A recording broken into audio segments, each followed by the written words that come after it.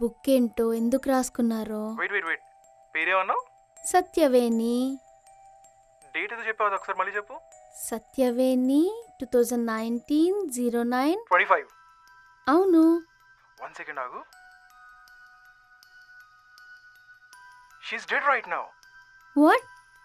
అసలు నీకు ఎలాంటి మ్యాటర్స్లో జోక్ చేయాలో కూడా తెలీదు. ఒకసారి నీకు ఒక ఇమేజ్ పంపించాను చూసుకో. ఏం పంపావు?